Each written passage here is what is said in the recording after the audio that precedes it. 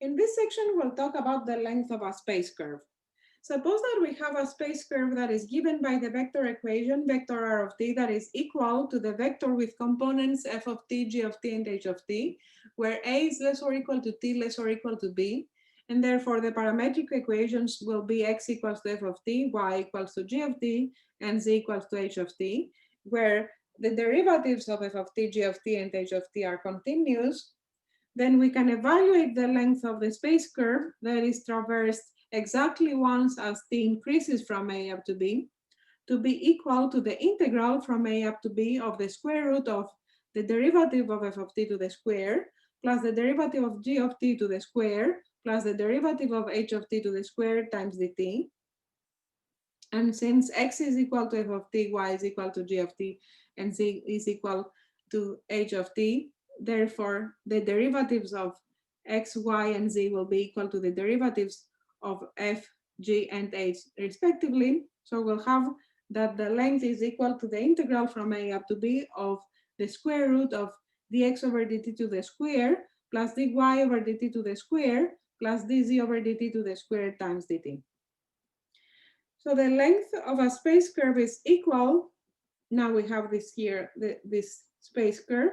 The length of that space curve is equal to the limit of the length of the inscribed polygons.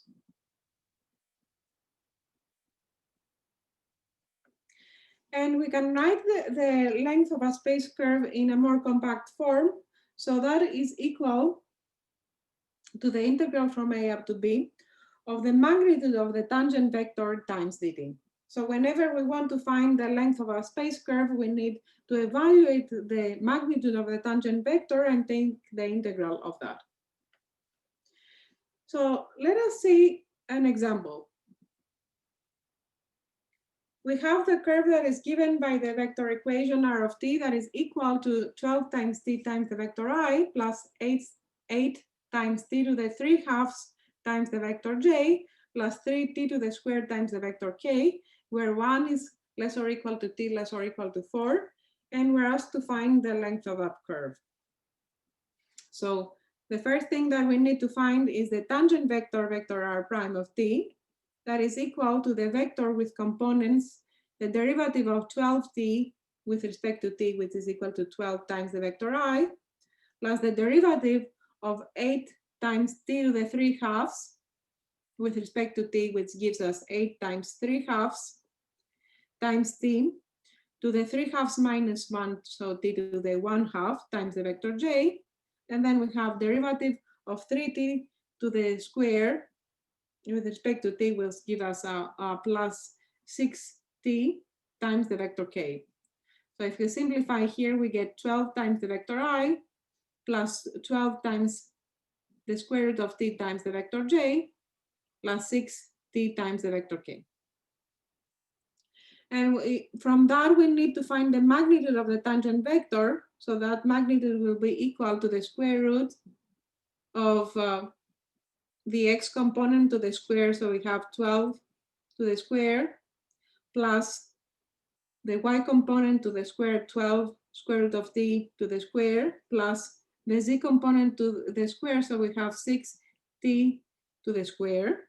So this is equal to the square root of 144 plus 144 times t plus 36 times t to the square. So this is equal, if we do the calculations here, to the square root of 36 times t plus 2 to the square, which is equal to the square root of 36 times the square root of t plus 2 to the square, and this is equal to 6 times the absolute value of t plus 2. And since we're given that 1 is less or equal to t less or equal to 4, that means that the magnitude of the tangent vector will be equal to 6 times t plus 2 without the absolute value, since the t plus 2 will be always positive. Therefore, the length of the space curve will be equal to the integral from t equals to 1 up to t equals to 4 of the magnitude of the tangent vector times dt. So this is equal to the integral from 1 up to 4 of 6 times t plus 2 times dt. So this is equal. Now we have the integral of 6t dt will give us 3t to the square. And then we have plus the integral of 2 times 6. So we have integral of 12 dt will give us 12t. And we need to evaluate that between t equals to 1 and t equals to 4. So that is equal to 3 times 4 to the square plus 12 times 4 for t equals to 4 minus for t equals to 1 we have 3 times 1 to the square plus 12 times 1. So that will give us 48 plus 48 and then minus 15, which is equal to 96 minus 15, and that is equal to 81. So the length of the curve that we're given, its vector equation is equal to 81.